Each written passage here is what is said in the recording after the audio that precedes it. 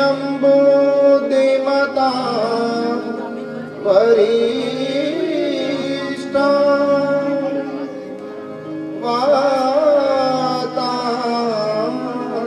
वातात्मजं वानरयूथ मोक्षम्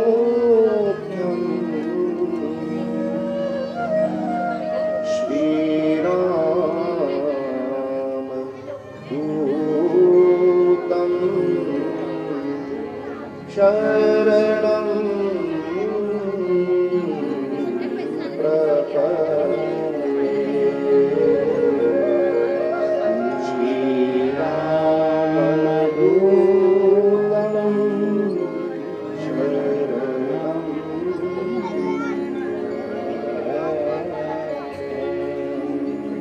वंशी विभूषितकरां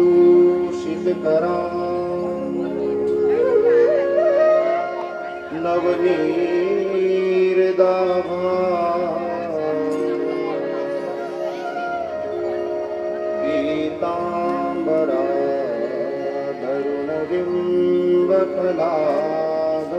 पीताम्बराधरुणबिम्बफलाधरोष्ठा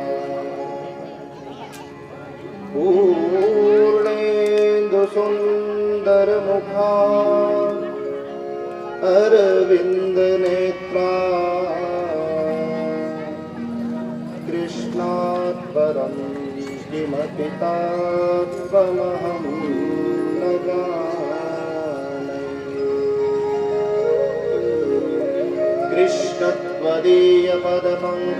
कृष्णत्वदीयपदपङ्कजपञ्जरान्ते अद्यैव मे विशतु मानसराजहंस प्राणप्रयाणसमये कपवातपित्ते कण्ठावरोदनकृतो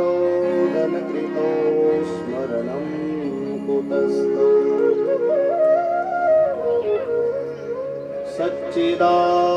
सच्चिदानन्दरूपाय विश्वोत्पत्त्यादिहेतवे तापत्रयविनाशाय श्रीकृष्णाय वयं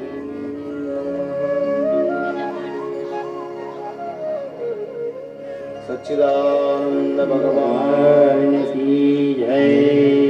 गोपाल कृष्ण भगवान की जय। श्री वृंदावन बिहारी लाल की जय।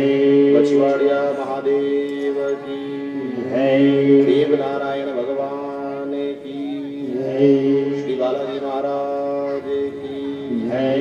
अयोध्या नाथ की जय। रामचंद्र भगवान की जय। संत समाज की जय।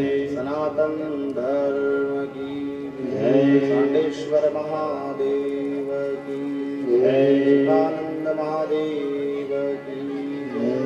कंकावली मात की जय। पशुपति नाथ की जय। सद्गुरुदेव भगवान की जय। व्यास जी महाराज की जय। भागवत महापुराण की जय। हरि ओम नमः पार्वती पते हर हर महादेव।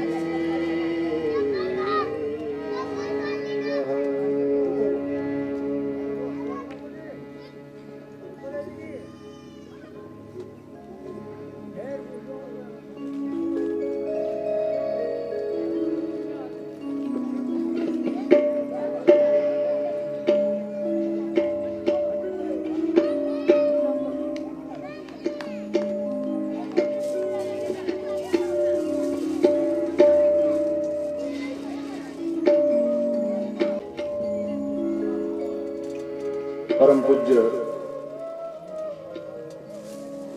सद्गुरुदेव भगवान के श्री चरणों में वंदन करते हुए भक्तवंशा कल्पतरु भगवान श्री कृष्णचंद्र उनका वांग्मय स्वरूप श्रीमद् भागवत महापुराण इस परम पावन भगवती चर्चा में समस्त दृश्य अदृश्य शक्तियों को वंदन करते हुए मंचासीन संत समाज को प्रणाम करते हुए सभी धर्म प्रेमी श्रद्धालुगण, मातृशक्तियां, भगवान पचवाड़िया महादेव के आंगन में विराजमान सुंदर भागवत कथा समिति के सभी कार्यकर्तागण, सदस्यगण, आप सबके हृदय में बैठे भगवान ठाकुर जी के श्री चरणों में व्यासपीठ से मेरा सादर प्रणाम। आज की कथा का आप सबको जय सिया राम, जय श्री कृष्ण, जय श्री राधा। आइए भगवान नाम का आश्रय करें, कुछ क्षणों के लिए सब सुने और साथ साथ गाएं। मुरलीधरा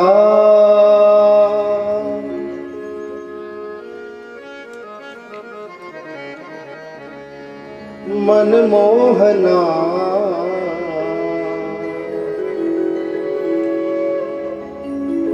हे नंद नंदना नारायणा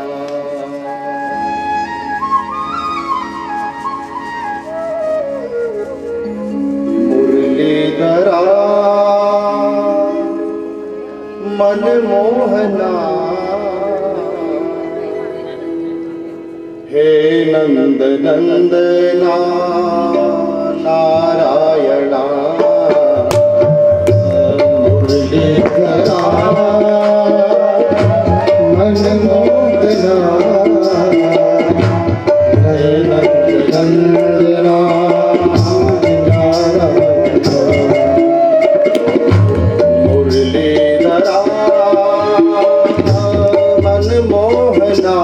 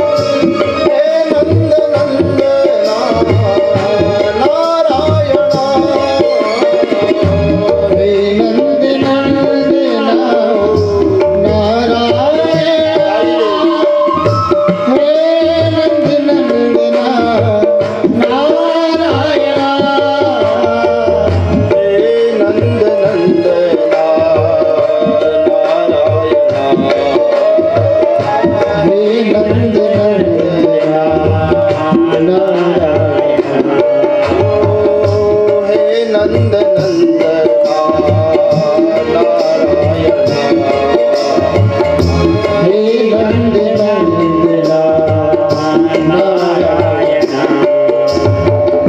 मुरलीधरा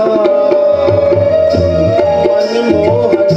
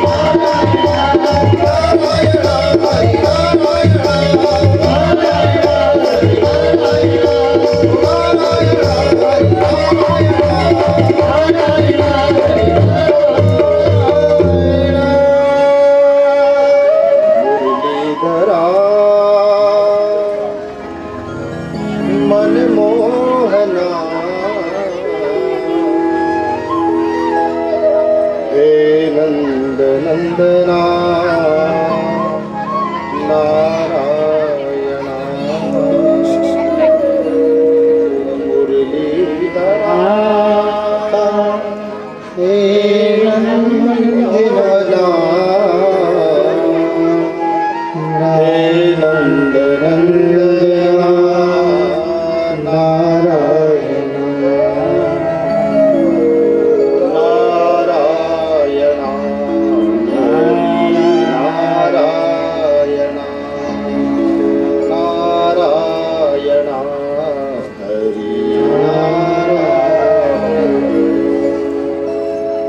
द्वारिकाधीश भगवान की जय। सुंदर कथा में हम लोग प्रवेश करें। मेरा आपसे आग्रह है, कथा में पधारे हैं आप, कथा में आकर विराजे हैं। अभी 1 घंटे तक और लोग आते रहेंगे, उनको आने दें। कौन आ रहा है कौन जा रहा है ये चक्कर में आप मत पड़ो। आप तो बस कथा शुरू हो गई तो कथा की तरफ ध्यान दो। नहीं तो ये आने जाने वाले को देखते रह जाएंगे और कथा में ध्यान हम लोगों का नहीं पहुंच पाएगा। आप भाग्यशाली हैं, आगे आकर बैठे हैं, झांकी का दर्शन कर रहे हैं, ठाकुर जी का दर्शन कर रहे हैं, श्री विग्रह का दर्शन हो रहा है, पोथी का दर्शन हो रहा है। जो भी आएंगे वो बैठ जाएंगे, पीछे बैठे, साइड पे बैठे, जहाँ जगह मिले वो बैठ जाए। कोई एक दूसरे को व्यवधान न डाले। छोटे बच्चे अगर आपके साथ आए हैं तो आपकी जिम्मेदारी बनती है कि वो थोड़ा शांति से बैठे या विवेक के साथ में कथा की मर्यादा बनी रहे, इस भाव के साथ। और सभी कार्यकर्ताओं से मैं निवेदन करूंगा कि थोड़ी सी व्यवस्था बनाए, केवल वहाँ बैठना नहीं है, अपने वहाँ तो बैठना ही है, उसके अलावा थोड़ा सा बच्चे वगैरह को थोड़ा सा एक बार खड़े हो जाओ, खड़े होकर इनको सबको सेट कर दो। हाँ देखो, आप वैसे देखो, आपके बार क्यों मैंने कि मैं नहीं देख लो, तो आप पहला मैं देखो।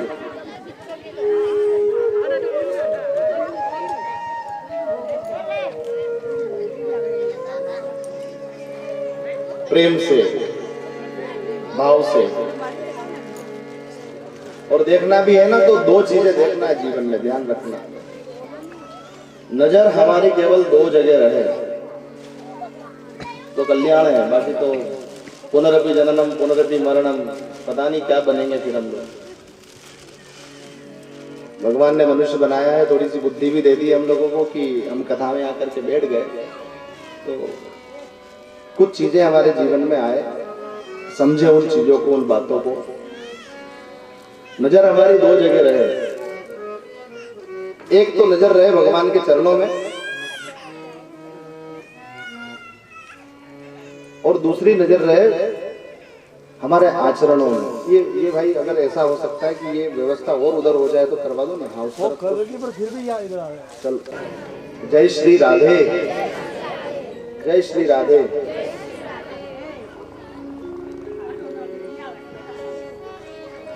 नजर रहे भगवान के चरणों पर और दूसरी नजर रहे हमारे आचरणों पर जो हम कर रहे हैं।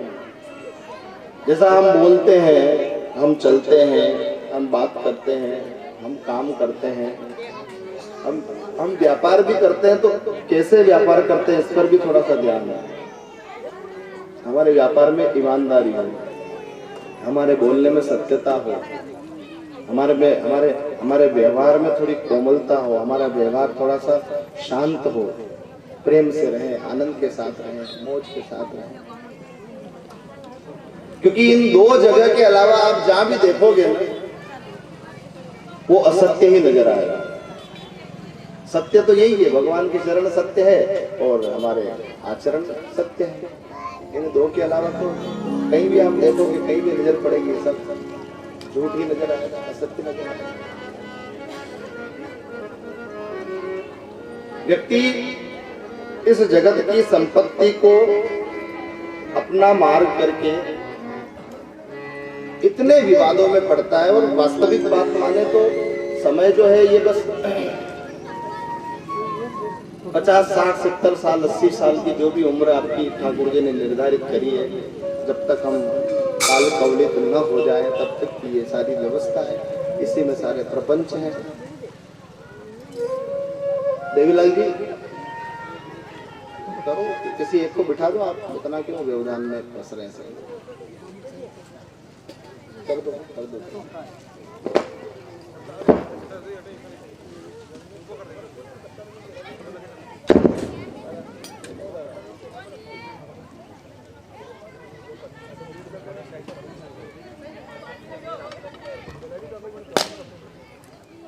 भक्ति को जब अपना मान बैठते हैं, इन रिश्ते नातों को मानना है अपना। मैं कोई कथा के माध्यम से कोई ऐसा संदेश आपको नहीं देना चाहता हूँ कि आप सब घर से निकल करके यहाँ आश्रम में आकर के बैठ जाएं, साधु बन जाएं। ये तो बड़ा योग हो तब जाकर के कहीं ये ऐसा जीवन मिलता है। पर कथा सुनकर के थोड़ा सा चिंतन जरूर करें, थोड़ा सा विचार जरूर करें, थोड़ा सोचे जरूर। हम लोग संकीर्तन गा लें, हम लोग कीर्तन में या भजन में खड़े होकर के नाच लें, कथा को सुनते सुनते आंखों से आंसू आ जाए, कथा में रुचि बढ़ने लग जाए, तो इसका ये अर्थ नहीं हुआ कि हमारे अंदर वैराग्य घटित हो गया। ये तो इस कथा पांडाल का ही स्वभाव है। जैसे श्मशान में जाने के बाद आदमी वैराग्य की बातें करने लगता है, श्मशान में जाने के बाद वहां लिखी पंक्तियों को पढ़कर, गीता के श्लोकों को पढ़कर के आदमी के मन में न जाने कैसे तरह तरह के भाव जागने लगते हैं, संसार से उसको विरति होने लग जाती है। ऐसे किसी भी ये उस स्थान का स्वभाव है। मैं आपसे निवेदन करूं, ये उस स्थान का स्वभाव है। वहां आपको वैराग्य आ गया, वहां आपके मन में भाव आ गया। पर ये स्थायी अगर रह जाए तो जितने श्रोता है ना, वो सब श्रोता भगवत प्राप्ति के मार्ग की ओर निकल पड़ते। और मैं तो आपको कहूं कि भगवान के दर्शन से भी ज्यादा जरूरी अगर कुछ है तो वो है भगवान की कथा, वो है भगवान का नाम आश्रय, वो है भगवान का भजन।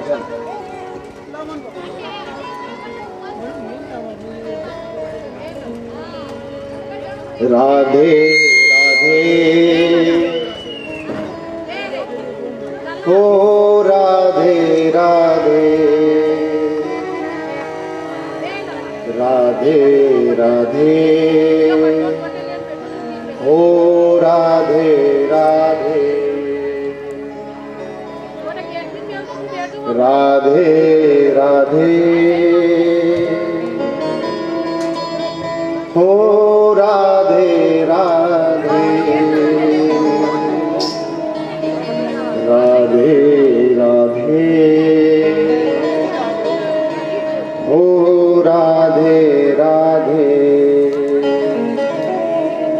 गोविंद राधे गोपाल राधे गोविंद राधे गोपाल राधे गोविंद राधे गोपाल राधे गोविंद राधे गोपाल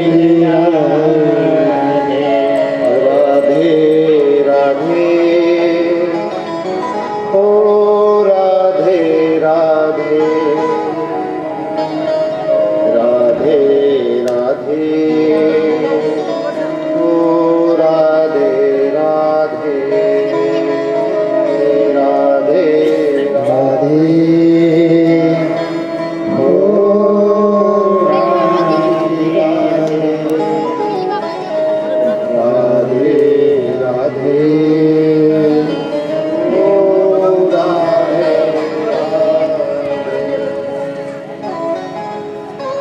आइए तृतीय स्कंद की कथा में हम सब लोग प्रवेश करते हैं। सुंदर सा वटवृक्ष के नीचे श्री सुखदेव जी महाराज विराजमान है। राजा परीक्षित को सुंदर सी कथा श्रवण करवा रहे हैं। यदा तु राजा सुसुतान् साधुन् पुष्णन् धर्मेण विनष्टि दृष्टिः। हे राजा, पांडवों के साथ जब कौरव अन्याय कर रहे हैं, लाक्षागृह में उन पांडवों को जलाने का जब षड्यंत्र किया जा रहा है, उस समय एक दासी पुत्र विदुर जी महाराज वो जाकर के धृतराष्ट्र जी महाराज को, दुर्योधन के पिताजी को, कौरवों के पिताजी को, धृतराष्ट्र जी को जाकर के कहते हैं कि राजन, मैं आपका मंत्री हूं और मंत्री होने के नाते आपसे एक निवेदन करने आया हूं। ओ भैया, मैं आपसे निवेदन कर रहा हूं, ये जो भी काम आप कर रहे हैं बिना बोले हो जाए प्लीज। थोड़ा सा कथा की मर्यादा है, कथा का ध्यान रखें। आप लोग कथा सुनने आए हैं, आप जो भी लाए हैं बिना बोले वो काम करें, बहुत अच्छा लगेगा आपको भी और मुझे भी आनंद मिलेगा। राधे राधे। आप कथा में लेट आ रहे हो तो कोई हाउ काम थोड़ी कर रहे हैं। 11:30 का टाइम है और आप 12:30 बजे तक 12 बजे तक चल के आ रहे हो तो कोई बड़ो हाउ काम थोड़ी कर रहे हैं जो बोली ने बताना पड़ रही है कि मैं आई गया साहब, आपकी हाजिरी लग गई। आप जहां भी हो ठाकुर गोविंद राधे गोपाल राधे गोविंद राधे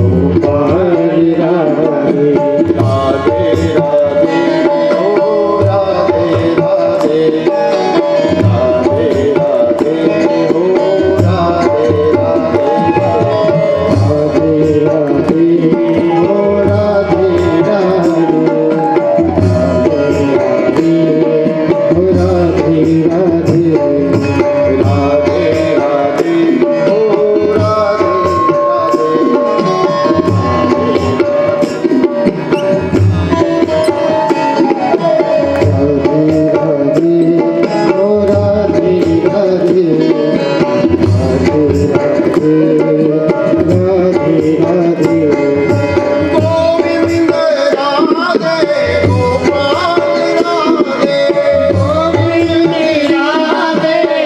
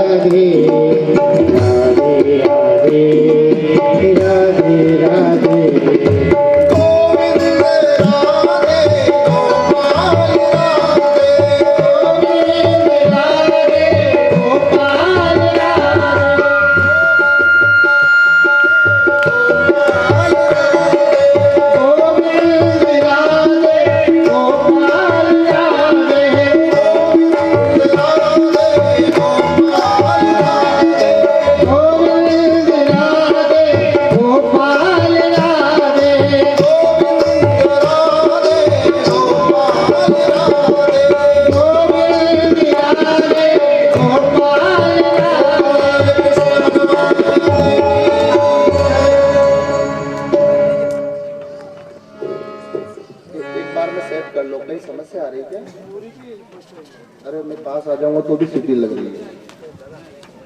ठीक है, दूर रह कहा कि पांडव कमजोर नहीं है। अकेला अर्जुन ही अपने गांडीव से हमारे साम्राज्य को समाप्त कर सकता है। ये तुम्हारा बेटा जो है ना दुर्योधन, राजन क्षमा करना, मुझे मैं मंत्री हूं इसलिए आपको मैं सही जानकारी दूंगा, सही बात कहूंगा। सचिव वेद गुरु तीन जो प्रिय बोल ही भय आस, राज वेद तन तीन राज धन, एक तो तन हमारा तन, गुरु धर्म सब नष्ट हो जाता है। प्रिय बोल ही सचिव वेद गुरु तीन जो प्रिय बोल ही भय आस, राज धर्म तन तीन कर होई बेग ही नाश। मैं मंत्री हूं आपका, इस नाते में आपसे निवेदन करना चाहता हूं कि महाराज पांडव कमजोर नहीं, केवल तुम्हारा आदर करते इसलिए चुपचाप बैठे हैं। अरे उनको वनवास दे दिया तो भी उन्होंने सहज स्वीकार कर लिया, लेकिन जो षड्यंत्र किया जा रहा है दुर्योधन के द्वारा लाक्षागृह में उनको जलाने का, आपको बीच में मध्यस्थता करके समाधान करना चाहिए। आप बड़े हो, आप महाराज हो, क्षमा करना महाराज, आपका अन्न खाया है। लेकिन मैं आपसे निवेदन करना चाहता हूं कि अगर शरीर का कोई अंग खराब हो जाता है तो वैद्य कहता है कि इस अंग को कटवा दो। अगर वो अंग न कटवाओ, वो उंगली में अगर कोई रोग लग गया और वो उंगली न कटवाई आपने तो कुछ ही दिनों में पूरा हाथ खराब हो जाएगा। फिर डॉक्टर सलाह देगा कि हाथ कटवा लो, और हाथ न कटवाया तो पूरा शरीर आपका खराब हो जाएगा। ऐसा ही इस कुटुंब का जो कलंक है वो कलंक है दुर्योधन। अगर खानदान पूरा बचाना है और किसी एक सदस्य का त्याग करना पड़े तो वो त्याग करना भी उचित है। महाराज मैं आपसे निवेदन करूं, ये दुर्योधन बहुत अनर्थ कर रहा है, बहुत अनर्थ कर रहा है। दुर्योधन की बात मत मानो, पांडवों को लाक्षागृह में जलने से बचाओ, उनके साथ हो रहे अन्याय से उन पांडवों को मुक्त करो। जब विदुर जी महाराज धृतराष्ट्र से ये चर्चा कर रहे हैं, उसी समय दुर्योधन का इस सभा में आना है। पिता के इस अंतःपुर में आए दुर्योधन, और आते ही विदुर जी महाराज के मुख से ये जब शब्द सुने कि दुर्योधन का त्याग कर दो, पांडवों को लाक्षागृह में जलने से बचा लो, इस अन्याय से मुक्त करो, उसी समय आकर के दुर्योधन ने विदुर जी महाराज को बुरा भला कहा, हे सुपुत्र दासी पुत्र, हमारा खाता है, हमारे यहाँ रहता है, हमारे राज्य में मंत्री का पद लिए बैठा है और हमारी ही बुराई की जा रहा है। जानते नहीं मैं कौन हूं? मैं युवराज हूं इस राज्य का। निकल जाओ इस राज्य से, चले जाओ यहां से। विदुर जी महाराज के नेत्र सजल हो गए। लाला, मेरा तुम्हारा मन दुखाने का उद्देश्य नहीं था, लेकिन तुम जो कर रहे हो ना ये ठीक नहीं है। तुम्हारे पिताजी को शरीर की तो आंखें है नहीं इसलिए उनको दिखाई नहीं दे रहा, लेकिन क्या वो सोचने पर भी उनके सोचने पर भी तुम्हारा काबू हो गया? तुम पांडवों के साथ बड़ा अन्याय कर रहे हो, इसलिए बात कहने में आ गई, अन्यथा तुम्हारा मन दुखाने का मेरा कोई औचित्य नहीं था, मैं यहाँ से प्रस्थान करता हूँ। राजी खुशी ध्यान देना साहब, जहाँ अन्याय हो, ये नियम यहाँ विदुर जी महाराज बता रहे हैं कि उस अन्याय का, उस अत्याचार का, उस पाप का आप विरोध करो यदि आप सामर्थ्यवान हो तो। आप में अगर सामर्थ्य है तो विरोध करो, और यदि विरोध न कर पाओ, आपकी बात वहां न मानी जाए, न सुनी जाए, तो वहां से प्रस्थान कर दो। संत शंभु श्रीपति अपवादा,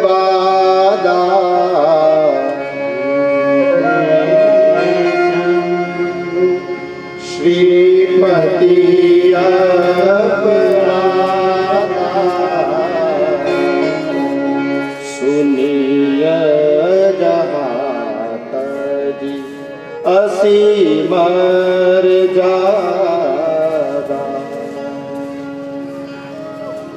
काटिय जीव सोलरिय पराई,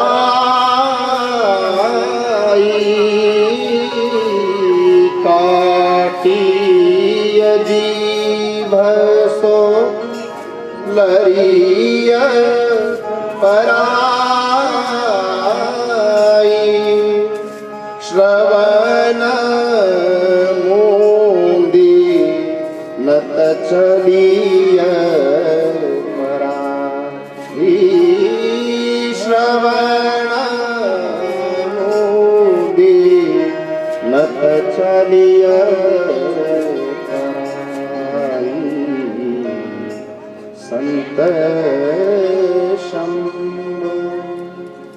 शास्त्र आज्ञा है, जहाँ संत का अपमान हो, जहाँ संत की बुराई हो, जहाँ शिव का अपमान हो, जहाँ शिव की बुराई हो, जहाँ भगवान श्रीपति नारायण का अपमान हो, जहाँ धर्म की बात को कोई बुरा भला कह ले, आपकी जिसमें श्रद्धा हो ऐसे धार्मिक व्यक्ति के बारे में कोई बुरा भला कहे, उस समय उस स्थान को या तो वहां काटिए जीव सो लड़िए पराई, भले झगड़ना पड़ जाए, अपनी बात रखो, अपना पक्ष रखो, उनको समझाने का प्रयास करो, और यदि वो न समझे तो बुराई को सुनो मत, श्रवण मोदी न तो चलिए पराई, कान बंद करके वहां से निकल जाओ,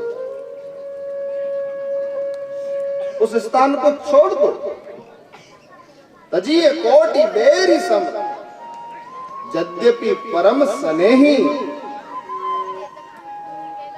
जाके प्रियन राम वेदेहि, तजिए कोटि बेरी सम यद्यपि परम स्नेही, तजो प्रहलाद पिता विभीषण भाई, भरत तजो महतारी, तजो जहां अनर्थ हो। मैं आपसे फिर निवेदन करूं, आप भगवान के लोग हो, आपके घर में भी ये घटना घटित हो रही हो, जहां लोग, आपके घर के सदस्य, आपके परिवार के जन संतों का अपमान करते हो, भगवान को गालियां देते हो, यज्ञ यागादिक कर्म को निषेध करते हो, पितरों के पूजन को निषेध करते हो,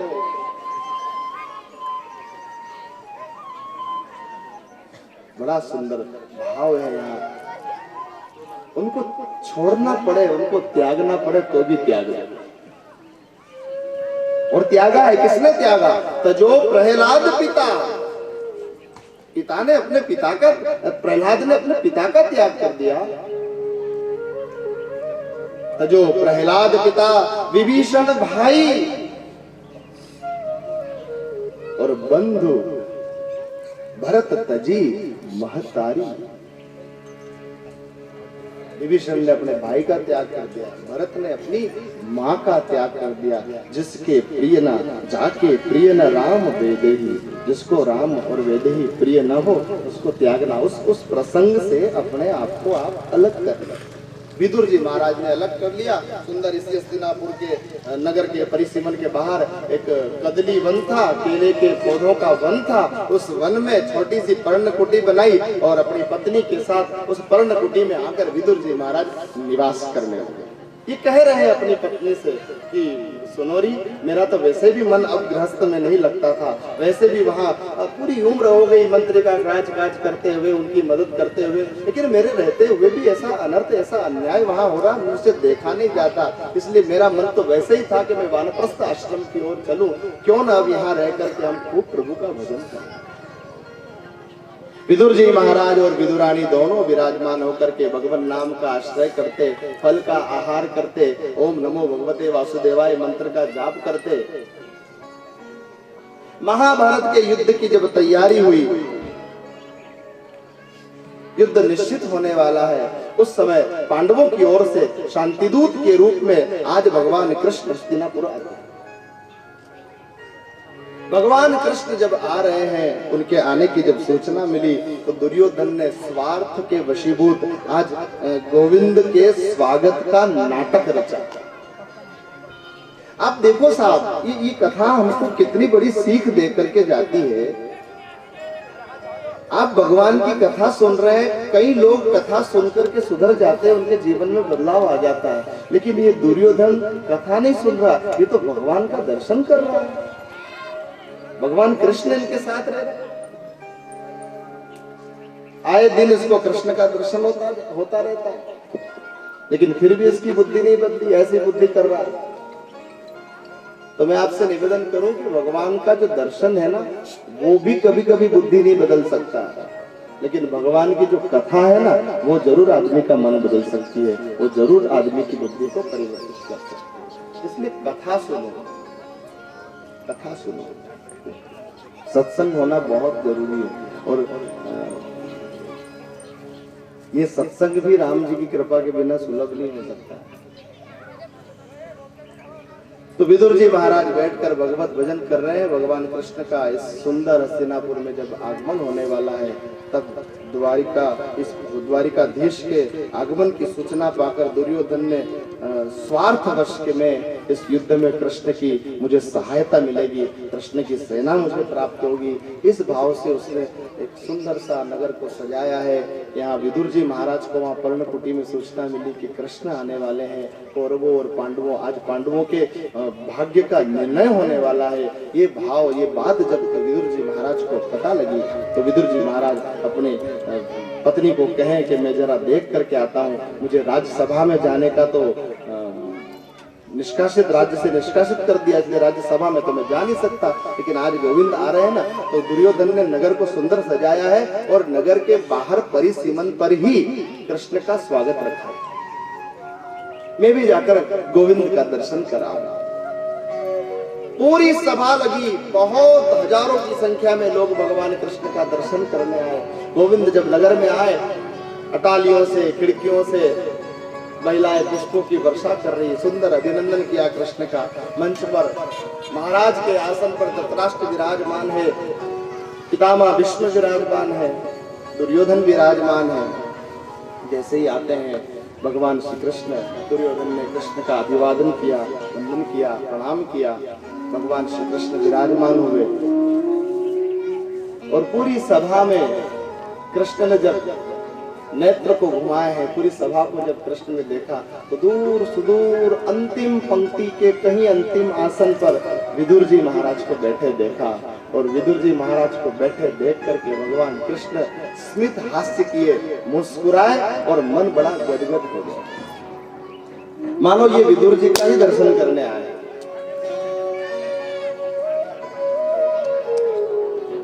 विदुर जी महाराज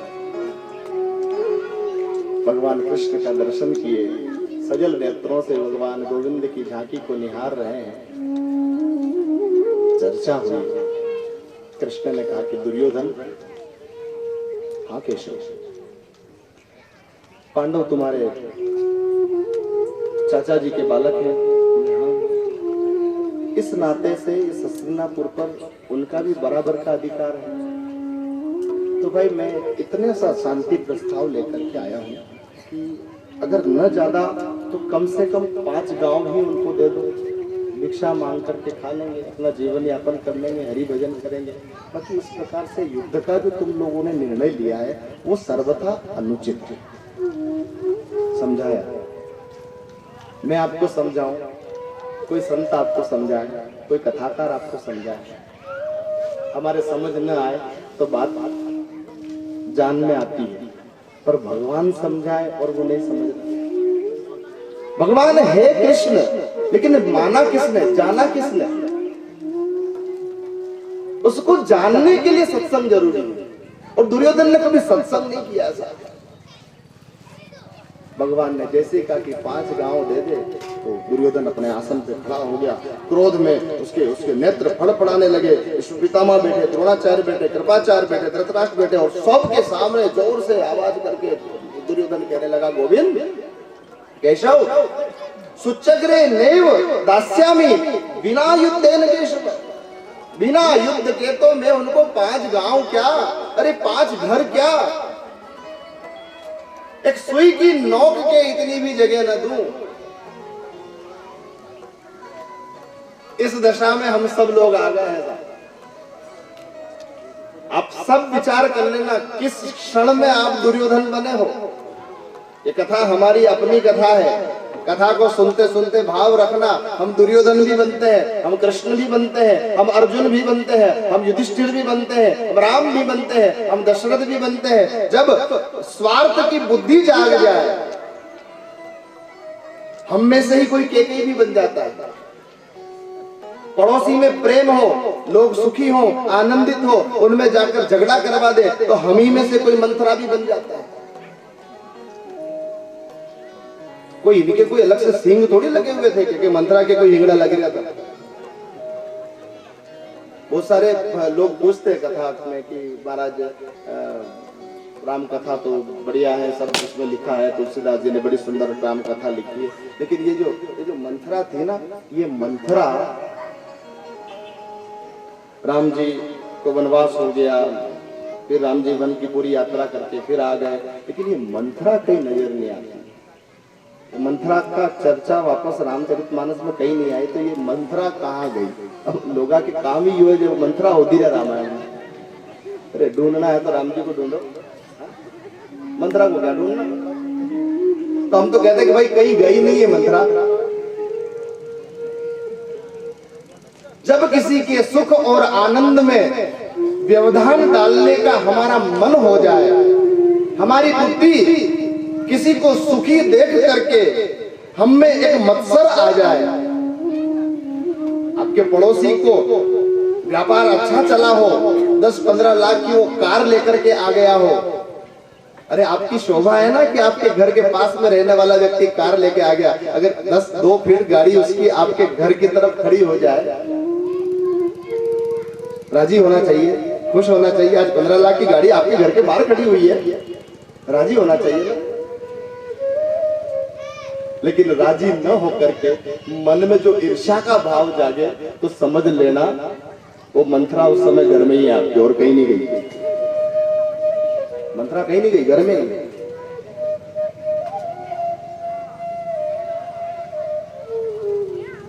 खुश होना चाहिए, प्रसन्न होना चाहिए। पड़ोस में शादी हो, 2-4-5 दिन के लिए मेहमान आए, कई पड़ोसियों को तो बड़ी तकलीफ होती है। यहाँ तो गांव में तो चलो फिर भी बहुत बड़ा मन होता है लोगों का। शहरों में तो साहब अगर कोई 2 घंटे के लिए रास्ता रोक ले, अगर मेहमान आए और भोजन करने, तो लोग कंप्लेन कर लेते, पुलिस आ जाती है साहब। इतना मन छोटा हो गया हम लोगों को। शरीर तो खूब मोटा हुई है, लेकिन मन, शरीर मध्यम रहना चाहिए, मन बड़ा रहना चाहिए, और मन बड़ा तभी रहेगा जब धन कम होगा। सब गड़बड़ हो रहा है। पहले का नियम था महाराज जी, धन कम हो, धन ज्यादा होता था ना तो अच्छे सदगृहस्थ और अच्छे स्वामी जी की भी बुद्धि डिस्टर्ब हो जाती थी।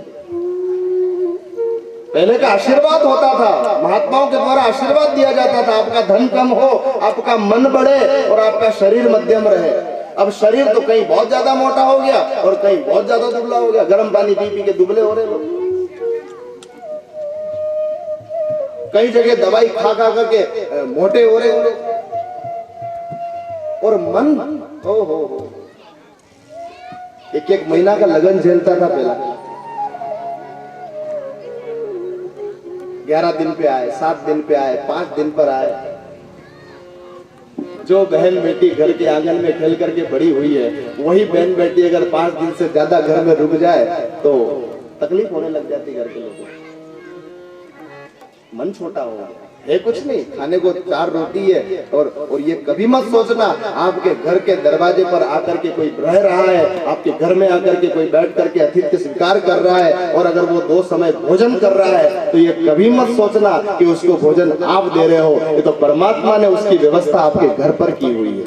जितने भी दिन वो रुका है आपको, क्या किसकी सामर्थ्य, कौन किसको दे सकता है साहब। जब दांत न थे, संतान का जन्म बाद में होता है, मां के स्तन में दूध पहले आ जाता है। जब दांत न थे तब दूध दियो, जब दांत दिया है तो अन्न भी देगो। स्वार्थ परक बुद्धि दुर्योधन की। भगवान कृष्ण को अच्छा नहीं लगा, उनसे दुर्योधन ने इस प्रकार से बात करी। सुचक्रे नैव दास्यामि बिना युद्धेन केशव, सुई की नोक के बराबर भी मैं आपको जगह नहीं देने वाला। बिना युद्ध के तो केशव ये संभव नहीं हो सकता। भगवान कृष्ण फिर भी मुस्कुराए, दुर्योधन ए भाई तू जानता है युद्ध किसको कहते हैं? युद्ध का जो परिदृश्य है, युद्ध से जिस प्रकार की विभीषिका तैयार होती है, युद्ध से जैसा एक परिदृश्य निर्मित होता है, कितनी महिलाएं अबला बन जाती है, कितनी माताएं विधवा हो जाती है, कितनी माताएं कितने पिता अनाथ हो जाते हैं, कितने घर उजड़ जाते हैं। तुम जानते हो इस युद्ध का अंत क्या होगा भाई? केशव आप कुछ भी कहें, बाकी मैं बिना युद्ध के तो उन पांडवों को कुछ भी नहीं दूंगा। भगवान कृष्ण कहीं क्रोध न कर बैठे, इसलिए धृतराष्ट्र ने धीरे से दुर्योधन का हाथ पकड़ा और हाथ पकड़ के दबा करके धीरे से कान के पास मुंह ले जा करके कहा कि अरे ठीक है, युद्ध करना है तो कर लेना, और कम से कम कृष्ण से तो विवेक से बात कर, वो भगवान है, वो गोविंद है। अब दुर्योधन ने फिर झूठा दिखावा चालू किया, अरे कन्हैया आप भी कहाँ पांडवों के चक्कर में पड़ गए, अरे आए हो देखो मैंने कितना सुंदर नगर सजाया है, और आज आपके आने की खुशी में माँ ने रसोइये को बोल करके 56 भोग तैयार करवाया है। आओ आकर के रसोई में चलते हैं और भोजन कक्ष में बैठ करके सुंदर आनंद के साथ 56 भोग का आनंद लिया जाए। क्योंकि दुर्योधन जानता था कि कन्हैया जो है वो भोजन के रसिक हैं। हम लोगों के भाव जो है ना वो परमात्मा के लिए भी अलग अलग होते हैं, साधु संतों के लिए भी अलग अलग होते हैं। दुर्योधन समझ रहा है कि कन्हैया 56 भोग का भूखा है, वो नहीं जानते कि ताही अहीर की छोहरिया, जिसको आज 56 भोग का भोग लगाने वाला है ये दुर्योधन, वो कन्हैया ताही अहीर की छोहरिया, भाव के वशीभूत हुआ, छचिया भर छाछ पे नाच नचावे, एक चुल्लू भर के छाछ